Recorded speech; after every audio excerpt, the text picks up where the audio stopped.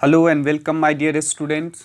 मैं आपका PR Gopal sir एक बार फिर अपने YouTube channel PR Gopal English वाले में स्वागत करता हूं।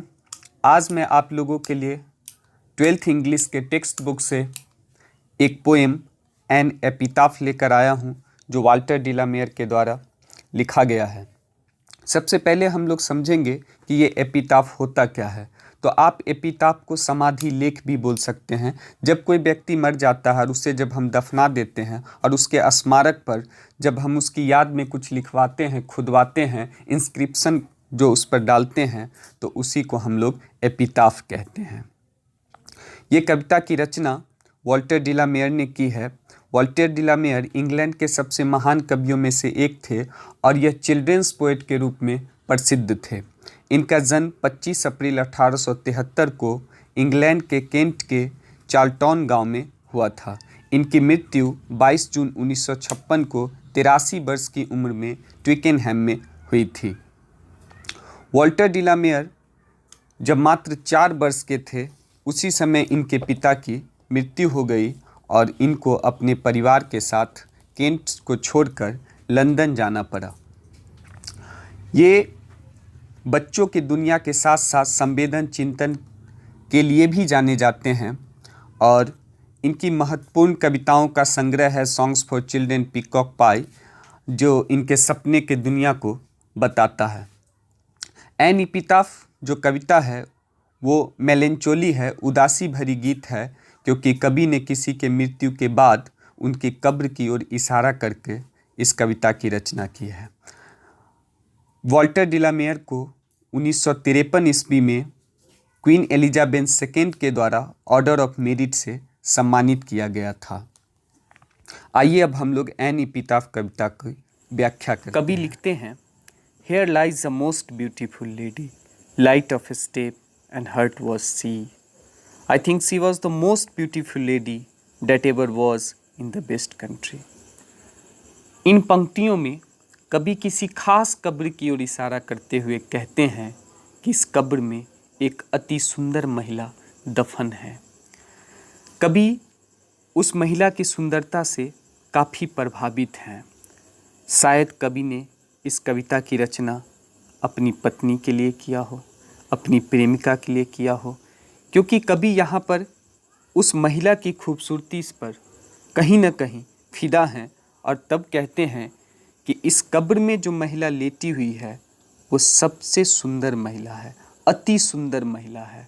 और कवि आगे कहते हैं कि वह महिला चंचल थी, आज़ाद थी, वह आज़ाद ख्यालात की महिला थी, हमेशा यहाँ वहाँ घूमती विचरती रहती थी, उसे किसी प्रकार की प्रतिबद्धता नहीं थी। कवि को लगता है कि वह सबसे खूबसूरत महिला थी। आज तक पश्चिम मुल्क में जितनी महिलाएं हुई उनमें से वो सबसे खूबसूरत महिला थी। कवि आज उस महिला के कब्र की ओर इशारा करके हम आपको बता रहे हैं कि देखिए, वो कब्र जिस महिला की है वो महिला बहुत खूबसूरत थी, आज़ाद ख्यालात की थी, वो वचनबद्ध नहीं थी, किसी के प्रति प्रतिबद्ध नहीं थी और वो महिला आज इस कब्र में लेटी हुई है। कवि यहाँ पर इन पंक्ति के माध्यम से यह बताना चाहते हैं कि व्यक्ति चाहे वो कितना भी खूबसूरत क्यों न हो, एक न एक दिन उसे भी कब्र में लेटना पड़ेगा। कवि इन पंक्ति के माध्यम से यह बता रहे हैं कि मृत्यु जो है वो अटल है, उसे टाला नहीं जा सकता है। यह मृत्यु ही संसार में एक ऐसी चीज़ है जिसे कोई नहीं बच सकता है। मृत्यु से न आज तक कोई बचा है और न कोई बचेगा। कवि इन पंक्तियों के माध्यम से एक मृत महिला का वर्णन कर रहे हैं और कहीं न कहीं लोगों को जागरूक कर रहे हैं कि आज न कल सबको एक दिन जाना है। कवि आगे की पंक्ति में लिखते हैं, but beauty vanishes, beauty passes, however rare it be, and when I crumble, who will remember this lady of the best country? आपने देखा कि ये कविता बहुत छोटी है, ये कविता मात्र 8 पंक्ति की है, लेकिन ये कविता कहीं न कहीं दुनिया के सबसे बेहतरीन कविताओं में शुमार है। अंतिम की 4 पंक्ति को अगर आप लीजिएगा, और ये जो पंक्ति खासकर है, but beauty vanishes, beauty passes, however rare, rare it be, मैं दावे के साथ कह सकता हूँ कि यह किसी भी कविता की, ये दुनिया की सबसे बेहतरीन पंक्तियों में गिनी जाती है, गिनी जाएगी इन पंक्तियों को। इसका जब आप मर्म समझिएगा, इसका जब आप अर्थ समझिएगा, तब आपको समझ में आएगा कि कवि इन पंक्ति के माध्यम से कहना क्या चाहते हैं। कवि कहना चाहते हैं इन पंक्तियों में, कवि कहते हैं कि सुंदरता समाप्त हो जाती है, नष्ट हो जाती है, बर्बाद हो जाती है। वह सुंदरता, वह खूबसूरती, वह सौंदर्य कितना भी दुर्लभ क्यों न हो, कितना भी बिरले क्यों न हो, कितना भी अनुपम क्यों न हो, लेकिन समय के साथ वह समाप्त हो ही जाती है। और कवि को भय है कि उनके मरने के बाद, कवि कहते हैं when I crumble who will remember this lady of the best country, कवि को भय है कि उनके मरने के बाद पश्चिम मुल्क की उस महिला को कोई याद नहीं करेगा। उनको लगता है कि उस महिला की याद अब किसी को नहीं आएगी।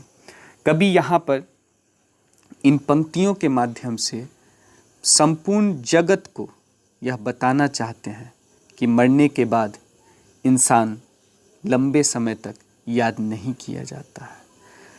अब आप इस कविता का भाव समझिए, कवि ने इस कविता की रचना क्यों की, इस बात को समझिए, कवि इस कविता के माध्यम से कहना क्या चाहते हैं। अब मैं इसका व्याख्या जरा विस्तार से करता हूँ। कवि हमें इस कविता के माध्यम से आधुनिक जीवन की अमानवीय स्थिति से अवगत कराते हैं। कवि कहना चाहते हैं कि फिजिकल ब्यूटी जो होती है, जो शारीरिक सुंदरता होती है, वो क्षण भंगुर होती है, यह सदा के लिए नहीं रहती है। केवल मनुष्य की कर्म की जो सुंदरता होती है, वही वास्तविक सुंदरता होती है। ये कभी भी आपसे दूर नहीं जाती है। आपके द्वारा किए गए अच्छे कर्म ही आपको सदा के लिए अमर बना देता है। जब हम इस दुनिया से जाएंगे, जब हम इस दुनिया से गुजरेंगे,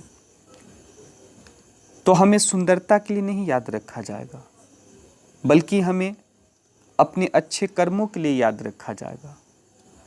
तो हम लोग को चाहिए कि हम ऐसा कर्म करें कि समय के रेत पे अपने कदमों के निशान छोड़ जाएं। कवि कहते हैं कि मनुष्य अपने कर्म से ही जाने जाते हैं। ये बात बिल्कुल सही है।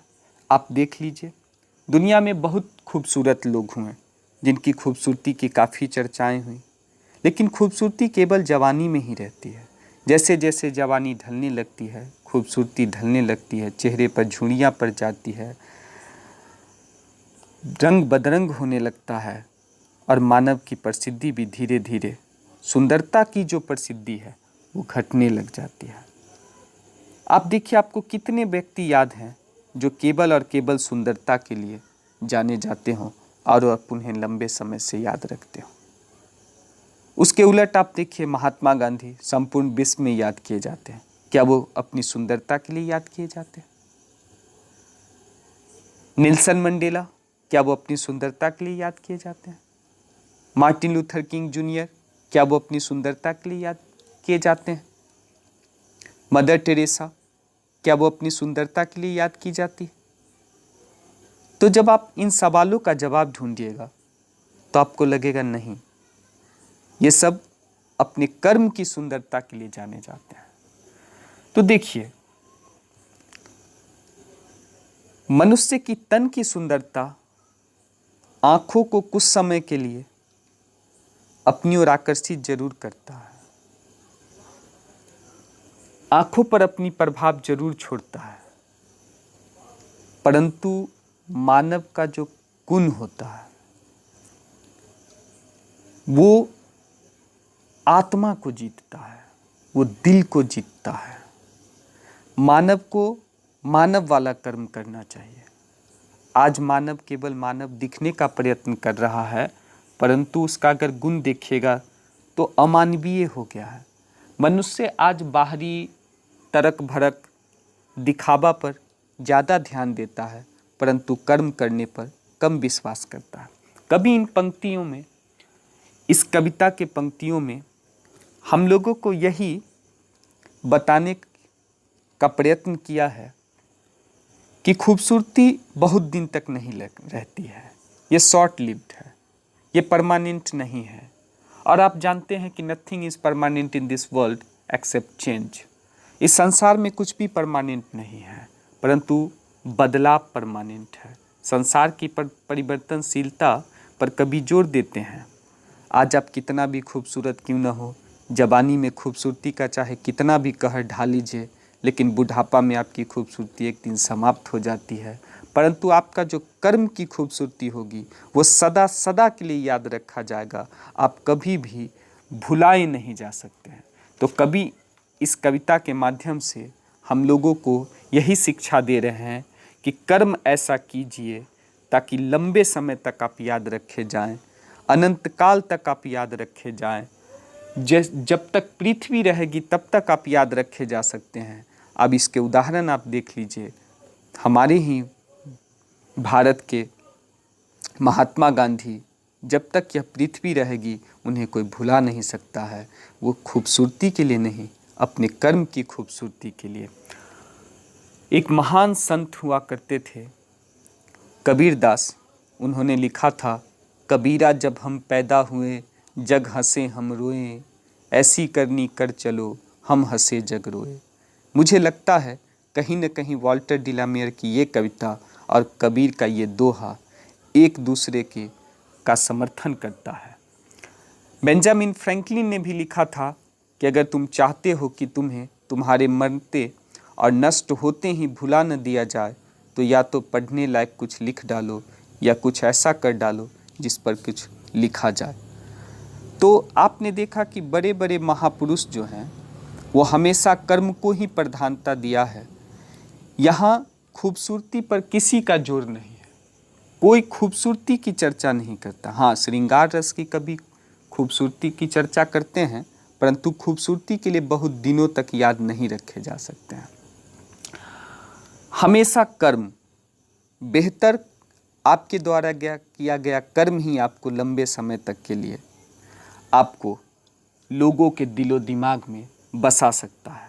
अगर आपका कर्म बेहतर नहीं है तो आप लोगों के द्वारा लंबे समय तक याद नहीं रखे जा सकते हैं। आप जानते हैं कि गीता में भी कर्म की ही प्रधानता दी गई है, इसलिए कर्म से बड़ा कुछ नहीं है। आपने जब इस कविता के पंक्तियों को ध्यान से सुना होगा, देखा होगा, जब आप इस कविता को बार बार पढ़ के खुद से समझने का भी प्रयत्न कीजिएगा तो आपको यही लगेगा कि इस कविता में सुंदरता की चर्चा केवल और केवल इसलिए किया गया है कि मानव को कभी यह बताना चाहते हैं कि सुंदरता कोई काम का नहीं है। हाँ, कुछ पल के लिए लोगों को आकर्षित जरूर करेगा आपकी तरफ, परंतु हमेशा के लिए नहीं। आज कवि भयभीत है इस कविता में कि उनके मरने के बाद उसे कोई याद नहीं करेगा, उस महिला को कोई याद नहीं करेगा, क्योंकि कवि का उस महिला से दिली लगाव था। तो कवि का दिली लगाव था इसलिए कवि याद करेंगे। अब हर व्यक्ति का तो हर व्यक्ति से दिली लगाव नहीं होता है, तो इसलिए दूसरा कोई उन्हें याद नहीं करेगा। तो उतनी खूबसूरत महिला थी, पश्चिम मुल्क की सबसे खूबसूरत महिला थी, उसके बावजूद लोग उसे भुला देंगे। क्यों? क्योंकि खूबसूरती के लिए लोग बहुत दिनों तक याद नहीं रखे जाते हैं। इसलिए हमेशा इस बात को दिलो दिमाग में बैठा लीजिए कि कर्म की खूबसूरती महान होती है, तन की